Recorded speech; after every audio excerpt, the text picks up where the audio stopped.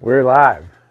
Are you sure, Michael? Yes. All right, folks, we are live. It is Wednesday night at 8 o'clock Mountain Time, and that means Elk Talk Live, question and answer, brought to you by the great companies of Bowtech, Leupold, Onyx Maps, Ripcord, Tight Spot, Black Gold, Rocky Mountain Elk Foundation. And this week, joining us for one of our supporting sponsors for this program is GoHunt.com. GoHunt.com right now has the 30-day free trial. You got to sign up before October 31st, and if you do, you're going to get 30 days to look behind the scenes to see the research tools that we use. So when all of you ask these questions about, how do I draw this tag? How do you draw that tag? GoHunt.com, their insider service, 30-day free trial through the end of the month. Anyhow, here's the deal. It is now, as all of you know, maybe you know, I talk about these 5 calendar periods of hunting season. Early season, that's gone. Pre-rut, gone. Peak rut, gone. We are now in post-rut. There are still a few bulls around, few that are hanging with cows. Some of the probably 2.5, 3.5-year-old, maybe a 4.5-year-old bull is hanging with cows. But the first shots that happen this weekend in Montana when rifle season opens, when Colorado rifle opens this weekend, whew, those bulls are going to sanctuaries. And I say many times that I believe, in my experience, the hardest bull elk to kill on public land is a post-rut bull elk. He's in sanctuary mode, he's by himself, he's not yet in all these big groups of well, not big groups, but bachelor groups where there's multiple bulls, say, anywhere from 3 to 7 or 8 bulls. He's by himself. He is tucked away someplace that is just ugly, nasty, not any fun to get to, and even less fun when you shoot one there. So that's where we're at right now. And we're going to be in post-rut for, let me look at my calendar, for about another 2 weeks. And then about November 1st, depending on what latitude you're at, what the weather is, it's going to shift over to late season. And around that time, these solo bulls that are in post-rut mode are going to start coming together in their bachelor groups. They're going to be a little bit easier to find. So, what do we got here? Oh, we're back in Bozeman, Montana today at our studio where we do all our editing and brainstorming. We got on an, I think, 17, 18-day trip. We went to Arizona, shot a really nice elk there. You're going to see that on YouTube and on Amazon. Went to New Mexico, shot a pronghorn. Went to New Mexico, and we went there with the good folks of Leupold, Bruce and Tracy Pettit. And Tracy shot her first bull elk. So it was a great trip, but it's really nice to be back home. I slept in my bed, my own bed, for the first time in about 3 weeks. So I'm rested, I'm ready to go. We're not doing this in motels anymore. And production guy today is Michael. We gave Marcus the day off, and now we're just going to start plowing through questions. And how are we doing on questions, Michael? We got a bunch of them going here? Yeah, we got... When you get, here's one thing that I just want to tell everyone, and we apologize that we can't always get to all of the questions. Between all of the Facebook pages that this runs on, all the live stream, the YouTube channels, it's just really hard for us to get to every question. So I'm sorry if we don't get to your question, and we're always looking for questions that are slightly different than maybe something that we've answered before. So first question is, and we've answered this quite a few times, but because I focused on the post-rut period, the first question is about hunting post-rut elk with a rifle. Calling, glassing, or still hunting.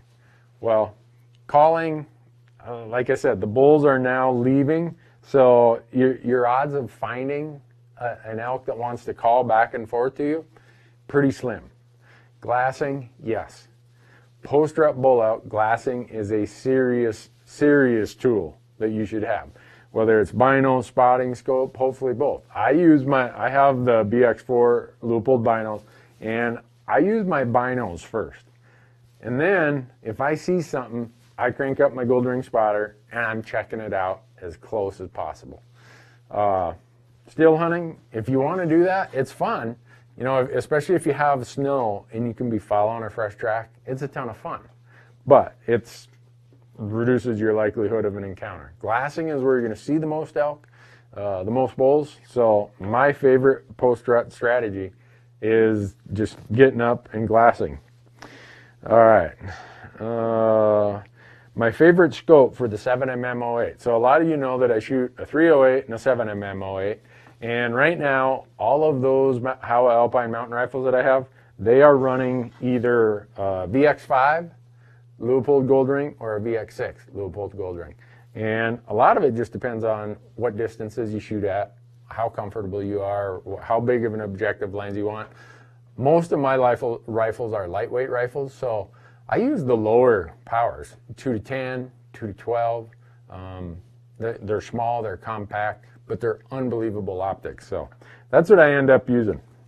You chime in anytime you want there, Michael. Here's an interesting one. Have you ever shot off your trekking poles? Have I ever shot off my trekking poles? I've not. I know some people do it, and there was a while where I was working with a company to try to develop, through the use of rare earth magnets, a little clamp that would fit on each trekking pole. And rare earth magnets are like glue once they stick together. And then you could adjust them, but I've just run out of time to work on it. So yeah, it's something that's helpful. For us, the way that we approach animals when we see them is we glass them, and we got to get set up and get a good shot. So it doesn't happen really fast for us. It always gives us time to find a rest, lay our packs down. You'll see a lot of times we'll be in prone or sitting position across a rock, across a log, and we've got our packs laid down with our rifle across the pack. So that's usually how we do it. Here's one. I'm new to elk hunting, and people recommended that I check you out. What state and what time of year would you recommend that he starts? So maybe like what state and what time of the year would you recommend a beginner? Okay, beginning elk hunter, what state, what time of year should you start elk hunting? That covers a lot of things. I don't know what state you live in. I tell people if you aren't deep into the point systems and you're on a limited budget, I would strongly look at Idaho or Colorado, buy points in Wyoming. And again, I was talking about this Go Hunt system. It has details that will give you so much information about that. You probably won't be able to get through it all in your 30-day free trial, but I would look at those states to start with. If your budget allows, maybe start looking at states like Arizona. I would apply in New Mexico because New Mexico does not have a point system. So I've been applying in New Mexico for probably over 20 years. And if this is your first year, you have just the same odds that I have in New Mexico. Again, it's mostly about budgets. As far as time of year, depends on if you like hunting early with a bow or late with a rifle. That's really as complete of an answer as I can give to a very, very broad question in the short bit of time that we have here. Let's see. Would you use calls in a late season Colorado rifle elk hunt? Would I use calls in a late season Colorado rifle elk hunt? No. They're done calling. The bulls have moved off. I mean, I think this weekend the second rifle season opens in Colorado, and I think November 4th the third rifle season opens in Colorado. Those bulls on public land are pressured. They're gone. They're off doing their thing. Calling is really going to get you nowhere. So keep the calls at home. Don't worry about it. Someone here says, Randy, I just bought a VX3 with the CDS option, a VX3 being a Leupold VX3. CDS is the custom dial system that you see us use. They're just these little turrets that it's already got your load and everything there. You just range it with your rangefinder and dial it in. And the question says, the man at the counter did not explain how to get the CDS dial for my gun. Do I need it before or after I sight in? You get it from Leupold. There's information in your box about how to get it from Leupold. If not, go and Google Leupold. I think it's leupold.com. And you will be able to contact them and they'll tell you how to get your dials. But there should be information in your box about how you get that dial. And once you get it and you pick your load, it is slick. And the reason I use it is a lot of times I'll have the gun, the rifle, all sighted in for me at whatever distance. I usually have a 100-yard zero. And I'll have new hunters who've never shot that rifle. And I don't want to say, okay, hold 8 inches high or hold a foot high at that distance. I just range it and it says, oh, that's 270 yards. I spin the dial to 270 and hold dead on. There's never any of this stuff. So it's really, really slick. Let's see. Got a 4th season rifle hunt in Colorado. Tips on slopes for bulls and cows in mid-November. North slope, south slope, time of day. It doesn't really matter by slope. In 4th season, and since this is Colorado, go out to their website, Colorado Parks and Wildlife. They have an interactive atlas. And whatever unit you have, it's going to say, here's the summer range, here's the winter range, and the map will show you where the migration routes are. Now, if it's a really severe winter, they're going to be closer to the winter range using those migration corridors. If it's a really warm winter, they're going to be closer to the summer range. They're not going to be as far down as maybe they otherwise would be unless a lot of hunting pressure has moved them there. It's really not a north slope, south slope, east slope, west slope. It's just in this time of year, this is late season, they're still going to be in sanctuary mode. You're going to find bachelor groups anywhere from 2 to 7 or 8 bulls. And that's what you're going to be looking for. Oh boy, let's see. Man, there's a ton of questions. How about this one? This one's kind of cool.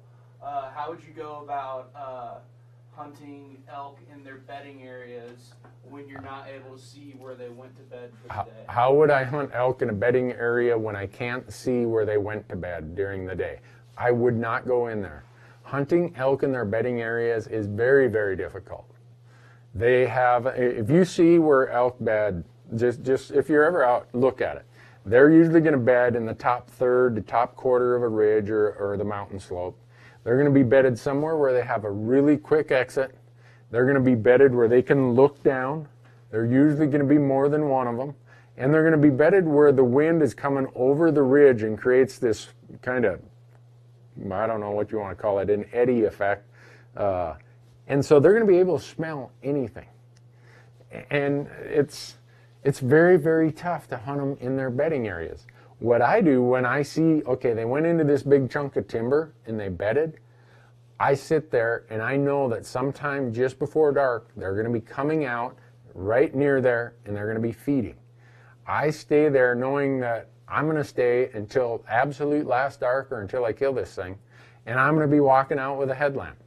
Any elk hunter who leaves before that who maybe they're not comfortable in the dark or they don't feel comfortable walking out with a headlamp, you are leaving at the prime time. When you see them go to bed, wait them out, especially in these post-rut and late seasons, and the odds are in that last half hour you're going to get your shot. Maybe you don't get your shot that day. Maybe you come back the next morning and you catch them as they're going back into their bed again. But now that you've found them, you've seen them go to bed, that is the biggest part of the process. Now you've found them, the easier part is going to be waiting them out and shooting one of them. Someone says, Randy, please stop saying how great Arizona is. You know what? All the Montana guys are like, quit saying how great Montana is. But all the New Mexico guys are, quit saying how great New Mexico is. You know what? There is so much great hunting out there in every state, all these western states with all this public land. Just go and do it. It doesn't matter what state. I don't care if it's bow, muzzleloader, rifle.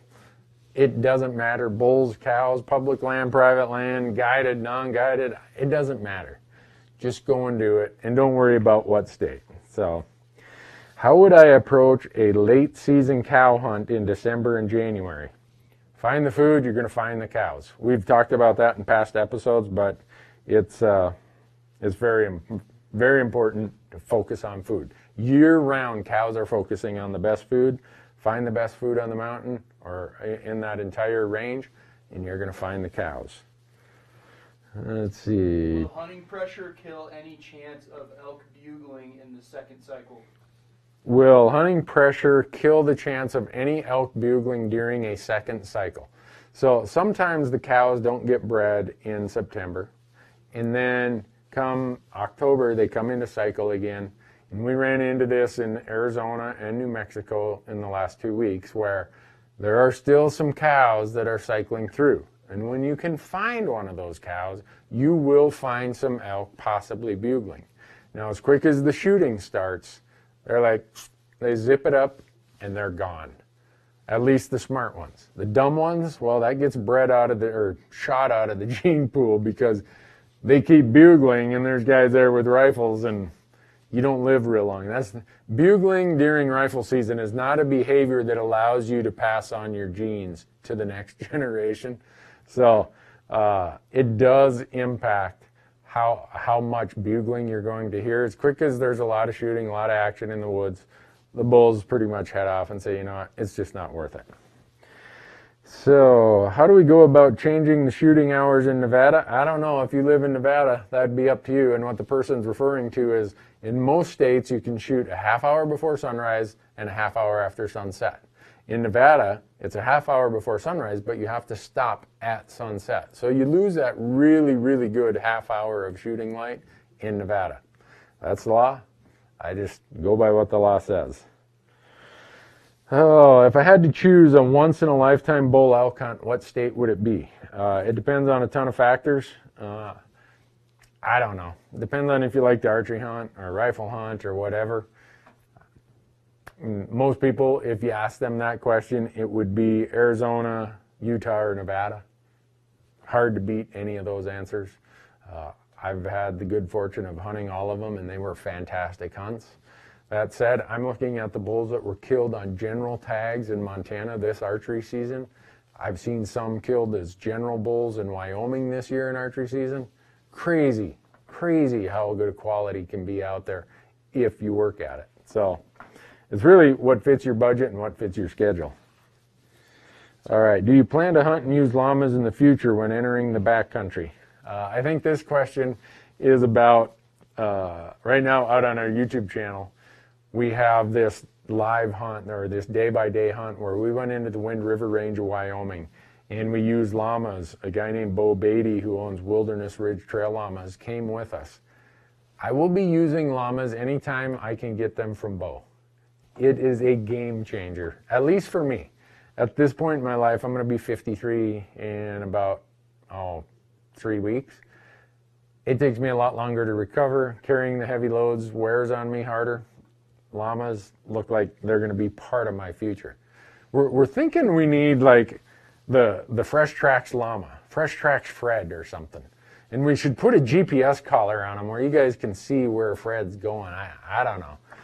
We'll figure something out. But will bulls use the same sanctuary every year? This is a really good question. Will bulls in the post-rut and late season use the same sanctuary every year? Yes, they will. That's why never tell your friend. Never take a hunting buddy to a sanctuary location. Never. Don't tell your brother-in-law. Don't tell your coworker, because you have solved something that is going to pay dividends every year in the late season and the post-rut. Sooner or later, those bulls are coming into that sanctuary. And if you start telling people, guess what? It's not going to be a sanctuary elk are comfortable with. After, I don't know, you show up, oh man, your buddy brought his coworker, and that next weekend, that coworker brought 3 guys. Don't tell anybody. In my will, I might will my sanctuary locations that I have marked on my Onyx system. Maybe I'll will those to my son, or maybe I'll auction them off to charity. But right now, I don't share those with anybody. And you shouldn't either, because year after year after year, those are the spots where you're going to kill public land bull elk in these last 2 periods of the calendar. Oh, let's see. Man, we got a lot of them. How often do you run into landowners who insist you are trespassing when you know you are not, while using my Onyx map system? I don't run into it that often. I hear stories about it. I probably encounter that every 3 or 4 years. The Onyx map system, it's updating these state maps all the time. There's a lot of times, if you're familiar with the West, back in the days when they used to run fence lines, They were fence lines of convenience. In other words, they might go around this rock or this ridge, or they might cross the creek at the shallower water. A lot of fence lines can be off. Now, landowners have become accustomed to that forever. And so your GPS is saying, oh, I'm on BLM. Well, the fence is over there. It can create some conflicts. Odds are, every time I've done it, my OnX map system is the correct system. It tells me where I'm at. I can count on it. Where you see section corners, there's a pin in the ground, there's a survey marker of some sort. I can very often walk up and find that section, that corner pin. It's so accurate, very, very accurate. So if someone's trying to buffalo you like that or bluff you out, odds are you're in the right. And just say, you know what? If you think so, call the sheriff, call the game warden, have them come out here. But and also, if you are getting the OnX app system for your smartphone for this jobby right here, not the chips, but the app, use promo code RANDY, R-A-N-D-Y, and you're going to get 20% off those apps. There. Made it worth your time to watch this today. So, do I use trail cameras? Do they ever get stolen? We've covered that in the past. Montana, I just found out when I answered this a couple weeks ago, I said Montana doesn't allow trail cameras. I guess there's been some changes to that I wasn't aware of. Have I ever had them stolen? No, because I don't own any. So, someone says, hey, Randy, are you having a good season? If you watch the movie Tombstone like I do, and you like Doc Holliday, and he looks at Wyatt and he says, Wyatt, we are rolling. That's how this season is going. We have killed an elk on every hunt. We've killed an antelope on every hunt. We're just getting lucky. I'm sure we got the last half of the season coming. We're going to run into some tough luck, some harder hunts. But right now, things are going great. Keep it that way. What are 5 things you'd make sure to take with you on your first ever archery bow hunt? 5 things I would take on my first, that I wouldn't leave at home on my archery elk hunt, my first one. Well, obviously I'm going to take my Bowtech Rain 7. It's going to be decked out with, my tight spot quiver, my ripcord rest, and my black gold sight. So I'm not leaving that at home. I'm not leaving my OnX map system at home. You see us, I never, ever leave any of that at home. Those are the absolute basics that I would never leave at home. Now 5, I'm going to have some sort of hydration system, whether it's a water bladder, whether it's a water filter. Never going to leave home without that. And then I never leave home without what I call my Get It Done kit, which is my Mystery Ranch pack has this, they call them compression sacks. They're about this big, and they have a zipper in them. In there is everything I know I need. If I kill an elk, I can take care of it, I can process it. I've got all my knives, my gloves, my whole works. If I grab that bag and put it in my pack, I know I have everything I need. So those are the things I would never, ever leave without. I'd go hunt in sandals and flip-flops before I'd leave some of that stuff at home. That said, I would never elk hunt in sandals and flip-flops because I use Kenetrek boots. Everybody knows that, and that's just true what we do. I've been doing this for 10 years now. Before we started the TV show on these platforms, I was hunting these multiple western states for another decade before that. When we do our bag dump videos, if you go out to our YouTube channel and look for our bag dump videos, we just take the bag and we dump everything out. And there are so many things that we show in there that I just use them because they work. I've had other companies come and say, oh, we'll pay you to use that. No, your product doesn't work this good. So for me, I'm kind of an equipment snob from the standpoint that I'm not going to use it if it doesn't work. There's no amount of love or money that's going to get me to use something if it doesn't meet the demands that our hunting style places on the equipment. And I've had stuff break, and my camera guys can tell you that when something breaks that Randy's using, the language needs to be edited. I'm sorry about that, but I grew up in a logging family, and it's just kind of how life is when stuff doesn't go well. So, all right. Is Rex Creek in Idaho good for a cow elk hunt? I've never hunted it, but I have friends that have, and I think you might mean Tex Creek. It's Rex Creek. I might be confusing this. I shouldn't say. Personally, I don't know. I'd leave that question to some Idaho guys. Let's see. How do you like the Gerber Big Game Vital? Oh, man. Someone must have seen us using the Gerber Big Game Vital. It's the new replaceable scalpel blade from Gerber. Everybody who sees me using it is like, how do I get one of those? Well, you go find a Gerber retailer who has it, and if you get it, you are going to say, why didn't I have this before?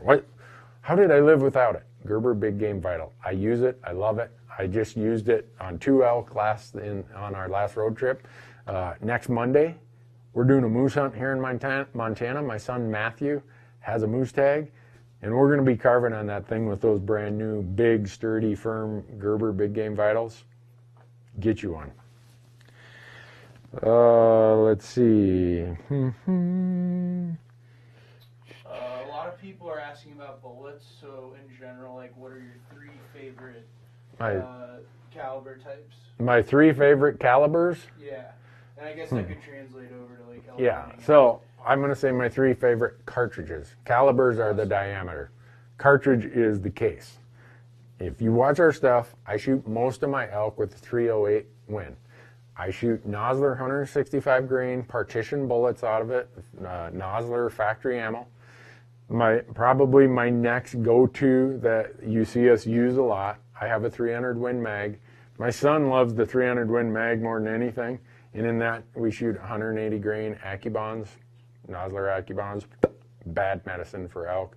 Or we shoot their E-tip bullet, which again is serious, serious elk medicine.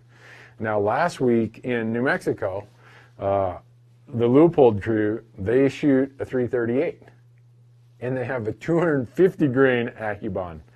And that rifle that they bring with them on hunts with us has shot 3 elk, all one-shot kills, amazing, lethal, 250 grain Nosler AccuBond. It would be hard to beat any of those. For me, I prefer the 308 because I use lightweight rifles. I use the Howa Alpine Mountain Rifle. And when you're mountain hunting, 2-3 pounds on a rifle, after the course of a week of hunting, it makes a difference. And the 308, those of you who study cartridges, that's a short action chamber. So you can do that action in a 308 and you can save some more weight. Some of the bigger cartridges, you have to have either a standard or magnum action, which adds quite a bit more weight to your rifle. So for me, it's a 308, 300 Win mag, and 338, strictly for elk medicine. But if you go out to our YouTube channel, we've done a video called Selecting Your Elk Cartridge.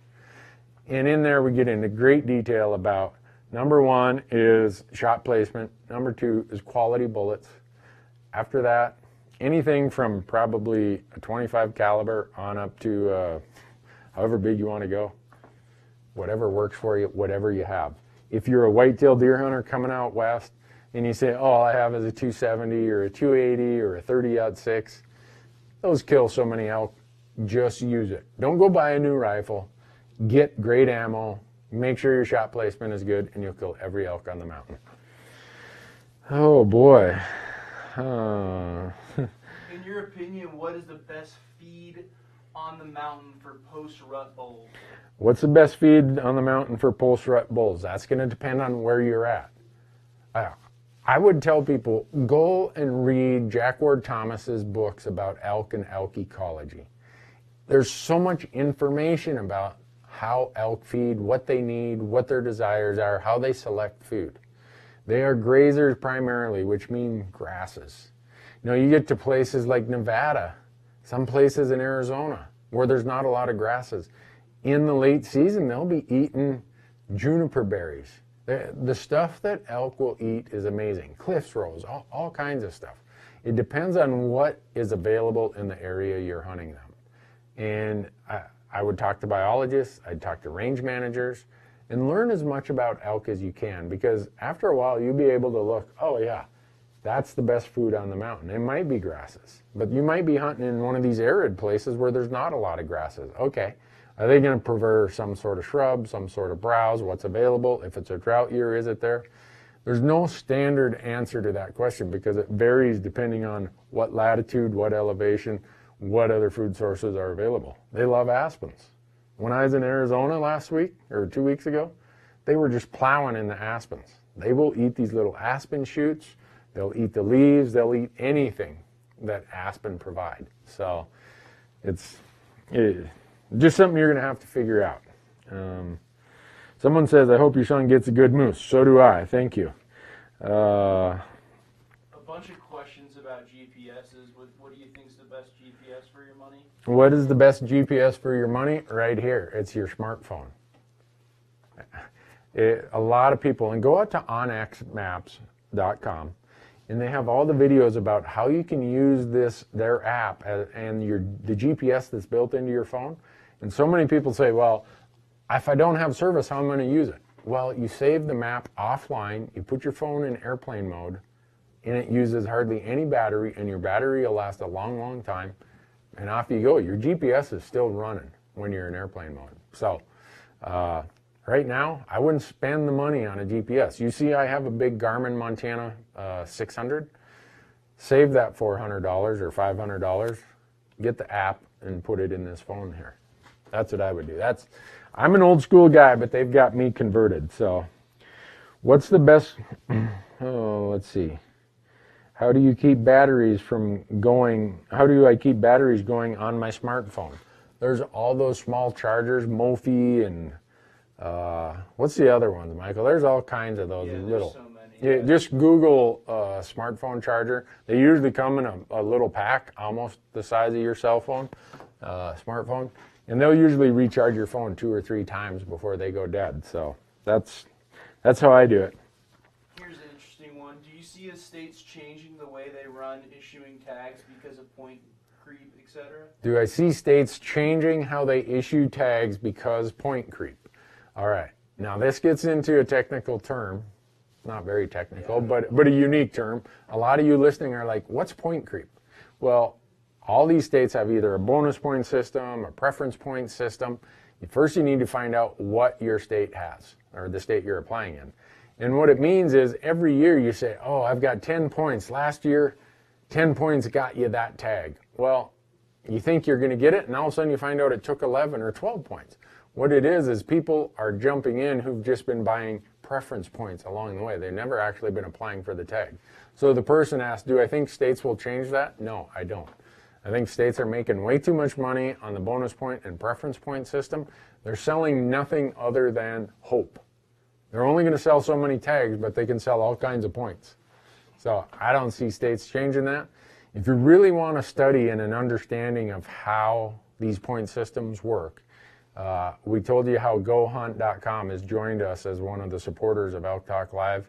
Go and try their 30-day free trial. You'll be amazed at what information is out there and how elaborate and complicated some of these Western state point schemes can be. So let's see. Holy smokes, there's a lot of these. I am sorry, folks. These are scrolling through so fast, it's hard for me. So. All right, what do you got over there, Michael? So a bunch of people have been asking with the rifle seasons opening up. Rifle seasons are opening up. Yes, they are. How do they deal with hot weather? How do you deal with hot weather in rifle seasons? You know what? Elk are just like us. They don't want to be exerting themselves with all their winter clothes on, i.e. their winter coat, out in the heat. So you're going to be looking in deep canyons. You're going to be looking in northeast face slopes. You know that when it's really hot, they're going to head for the timber right away. If you read books about elk physiology, elk anatomy, you're going to read where elk spend more energy staying cool in hot weather than they will a lot of times trying to stay warm in cold weather. They have to thermoregulate because right now they have already put on their winter coats. You know how the bulls kind of go from this reddish brown to all of a sudden they're like this white kind of bone yellow color? That's their winter coat. And if it's hot, you're going to find them in canyons and you're going to find them in the shade. And you're going to find them moving at that very, very narrow window of time in the morning and a narrow window of time in the evening. So how do you go about looking for elk sanctuaries in an area that you haven't hunted before? Go out to our YouTube channel, Randy Newberg Hunter. We've done a whole series of videos called E-Scouting, E-Scouting. It's like electronic or desk scouting. There's a whole series of videos out there that could answer that. Most every place we go, I've never been to. Where we were at in Arizona, I'd never been there. Never stepped foot in it. But by using the system that we talk about in those YouTube videos, we had a pretty good idea where we were going to start. And we had a really good idea where we thought the sanctuaries were going to be. Oh, wow. Was Unit 61 in Colorado worth your points? A lot of you know, if you saw the episode last year, well, we filmed it last year, it's airing this year, and it's out on our YouTube channel. Oh, also, it's on Amazon Prime. If you are an Amazon Prime member, you can watch all of our episodes for free on Amazon Prime. Or you can watch us on Sportsman's Channel, Sunday nights, 9 o'clock Mountain Time. But I burned 19 points for a third rifle tag in Unit 61 of Colorado. And if you go watch that episode, I think you will agree it was worth the points. Do I want to wait 19 years to draw again? No, but I would say, let's see, I'm going to be 53. I'm pretty much one and done with my Unit 61 Colorado hunting. So, oh well. Did you shoot a bull on your peaks hunt? Did I shoot a bull on my peaks hunt? And what that person means, Arizona, the area we hunted is Unit 7E. It's called the Peaks, the Kachina Peaks Wilderness Area. Yeah, we shot a bull the second night. That's going to be on the live day-by-day hunt is going to be, I think we'll get it up on YouTube, probably by mid-November, maybe late November. Cool hunt. Thanks to all of the great people, Arizona Game and Fish, the Forest Service. That is such a cool conservation story. I'm excited to tell the story of that hunt. Let's see. What specific garments do you wear this time of the year to stay comfortable? What specific garments do I wear this time of year to stay comfortable? Always the base layer is a merino wool base layer. You know that I wear Sitka gear. That's always my base layer. In New Mexico, we were at 10,500 feet. We'd get up in the morning, it's 25 degrees. I know I'm going to be hiking to get to a glassing spot for an hour, hour and a half. A lot of times I'll just go with that merino top. It's a long sleeve zip tee, kind of like this shirt I'm wearing here. And if it's really chillier, I'll put a vest over the top. But when I head out, I want lightweight. I want that perspiration. I want that sweat to get away. And I know when I leave the truck, I'm going to be a little bit cold. But within a quarter mile, guess what? The blood's flowing. I'm exercising. I'm working. We're ready to go. I'm not cold at all. When I get up there, I usually get all of my layers off except that merino zip tee. Let the wind blow. Get as much perspiration as possible off me, and then I start layering up depending on how much how cold it is, and what the wind speeds are. For me, my uniform, if you want to call it that, is a merino zip tee, usually followed by some sort of Primo Loft. They make this Calvin Light jacket, Sitka does, and that's if it's really cold. And then over the top of it, I put my Jetstream jacket. My elk hunting uniform from Sitka is my Jetstream jacket. And my base layer, or my lower layer, is the Timberline pants. Great layering system. I've been using it for years, and it works. I'm sorry to interrupt, but people really want to know what footwear you use sitting around in camp and driving. All right. What kind of footwear do I use? Because some of you have watched my videos out on YouTube about keeping your feet warm. Do not wear your boots from camp or from the motel or from home all the way out to the trailhead. Sometimes you got to drive for a half hour or 45 minutes. If you put your boots on at home and you drive for 45 minutes, when you get to the trailhead, your feet have sweated, you're already behind the game. You have moisture in your boots. Don't do that. Here's what that's my camp shoe right there. That's what I wear. And then when I get to the trailhead, I throw on my Kenetrek socks and I throw on my Kenetrek boot. I put the gaiter over it, off and going. So I use the non-insulated Mountain Extremes from Kenetrek. They work amazingly well. Someone wants to know, do bull elk huff and snort like mule deer? They don't huff and snort like or anything like that. They make a barking sound. Just almost sounds like a dog that was trying to alert you. And you'll know when you hear it. It's different. But when we were in Arizona 2 weeks ago, The bull I shot, when you hear it on video, I thought it was a burro. I told the camera guys, I'm like, I'm not going in there to shoot that thing. That's a burro. How embarrassing would it be for us to walk up thinking we're going to shoot an elk and there's a burro? Because there's a lot of wild donkeys and burros in Arizona. Well, after a while, he started making a little more noise, and instead of being, he actually had a little bit of bugle to him. So it's just, the elk don't count on every elk making the same noise. But when you hear that bark, you will know for sure that, hey, that was an elk. That was their alarm bark. And when you hear that, the gig's pretty much up. Let's see. Boy, oh boy. A lot of people asking me about Bozeman questions. Are you going to do a Western Whitetail trifecta with Mark Kenyon next year? You know, some of you've listened to our podcast. Mark and I keep talking about possibly doing that. We might, if it fits the calendar. How much weight / elk would a Mystery Ranch Metcalf handle? We recently packed out the front and rear quarter along with full backstrap on a standard pack frame. It was tough. It can handle more than I can carry. I've carried out a boned out front and a boned out hind quarter. As far as the pack, it just fits you perfectly. It's just what my legs can carry, especially if it's steep, if it's side hilling, if it's going down a steep slope. They're amazing packs. There's a reason we use them. I started buying them, I think I bought my first one in 2006 or 7. Great packs. They will carry more than most human bodies really want to carry. How many rounds in your Howa rifle do you consider it to be broken in? Howa sends you a break-in recommendation. It requires 20 rounds. It requires 1 round and treat the barrel, and they give you instructions of how to treat the barrel. Let it cool. Another round. You do that for the first 10 rounds, and then you do it in 2 shots. Again, clean and treat the barrel. Let it cool. And when I say let it cool, let it get to actual ambient temperature. So their process that they suggest takes 20 rounds of ammo. And after that, you're pretty much ready to go. When are you going to be in Alaska next? When am I going to be in Alaska next? Next May. Myself and my buddy Mike Spitzer have bear tags up there.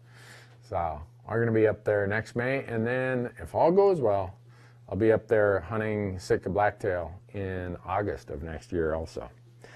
I love Alaska. Great place. Do you use red or white light when hiking in and out? No, I use green light. When I use red light, I can't, it seems like it's darker. I never walk in using white light. I'm not the scientist who says this, but I believe the scientist that animals don't see red or green light. I use the light green light. That illuminates things in the dark for my eyes way better than red light. So I walk in with a green light. And if I get shot by somebody while I'm walking in at low light wearing a green headlamp, I don't think it was on accident. How reliable is the roadless layer on Onyx maps? Very reliable. Use it. You'll like it. Let's see. After your last podcast and knowing how deaf you claim to be, are you going to use Walker game ears? No, I'm not. I'm just going to keep doing my thing. I know that's probably stupid. I have a group that's trying to get me some custom ear protection devices, and we're working on that. So hopefully we can get that done and I can save what is remaining of my hearing. So what do you got, Michael? You got anything more? We've been cranking on this. I've been trying to answer them fast, folks, because I'm trying to get through as many as possible, and I can't tell you how much I appreciate everybody who does this. And those of you who are here listening, I hope you'll share these live broadcasts with your hunting friends. They're brought to you by these companies. They want you to have this information for free, and it wouldn't happen without Bowtech, without Leupold, Onyx, Go Hunt, Tight Spot, Ripcord, Black Gold, and the Rocky Mountain Elk Foundation. So if you want to subscribe and if you want to be notified, text Randy, R-A-N-D-Y, to 313131. If you're in Canada, 393939. So please support those companies if you have a chance. Go out and take advantage of their promo codes, just about all of them. My promo code, if they have one for me, is Randy, R-A-N-D-Y. Go Hunt has the 30-day free trial. A lot of good stuff going on there. So hopefully you will do it. Have you shot an elk with the E-tips from Nosler? If so, what caliber? Yes. I've shot them with myself. I've shot them with the 300 Win Mag 180 grain E-tip. Let's see. Also 168 grain E-tip in my 308. They are devastating. They are like serious bad elk medicine. Nosler E-tip bullet. It's a non-lead bullet. Really good bullet for elk. Have I ever hunted southeast Idaho during archery elk season? No, I've not. Got a lot of friends who do, but I haven't. So, let's see. Someone who watches us. Hey, Bob, thanks for asking this. How's Uncle Larry doing? Does he have some hunts coming up? If you watch our old episodes, my Uncle Larry and I, we have so much fun together. He's been battling lymphoma now for years. He goes to the MD Anderson Clinic in Houston for this experimental treatment. He's doing well. Next year, every year, we always say, well, you got enough points in Wyoming, you're going to draw. And we keep saying that. Every year, he's 1 point behind. That's what's called point creep. But next year, he and I, possibly my son, we are going to be in Wyoming elk hunting. I told them, you guys do a party app. I just want to come along and have a good time. But thanks for asking, Bob. He's doing great, especially for what he's dealing with. So, all right. How long does it take you to quarter an elk using the gutless method, trying to get as much meat as possible? How long does it take me to do an elk using the gutless method? If you go out to any of our platforms, you'll see that we've done this video. It's about 40 minutes long, called the gutless method. If you go out to our VHX, Randy Newberg VHX site, you can download that for like $2.99. For me, if I'm all by myself, I can do it in about hour and 10 minutes. If I have help, we usually get it done in about 30 or 40 minutes. If you have a couple guys who've done this before, know how to use knives, they're prepared with high quality knives like we use, the Gerber Big Game Vital, if you got great game bags, and you think it through and how you lay the elk out, oriented uphill or downhill, all those things, two guys should be able to get it done in 45 minutes, and you'll have every piece of meat you can think of off that elk. So I think we're going to have to call it a day, folks, or a night. Really appreciate all of you tuning in. Next week when we do this, we're going to be doing it from moose camp. So hopefully we have a big moose story to tell you when we do this next week. I don't know if we will, but let's hope so. And thanks again to all these companies, Bowtech, Leupold, Onyx, Go Hunt, Tight Spot, Ripcord, Black Gold, and Rocky Mountain Elk Foundation. Thank you all, and thanks for watching. I hope we covered it. It's hot in here. We got too many computers running. Got all these lights on me. I'm sweating like a hillbilly at a hoedown here. All right, we're good. All right. So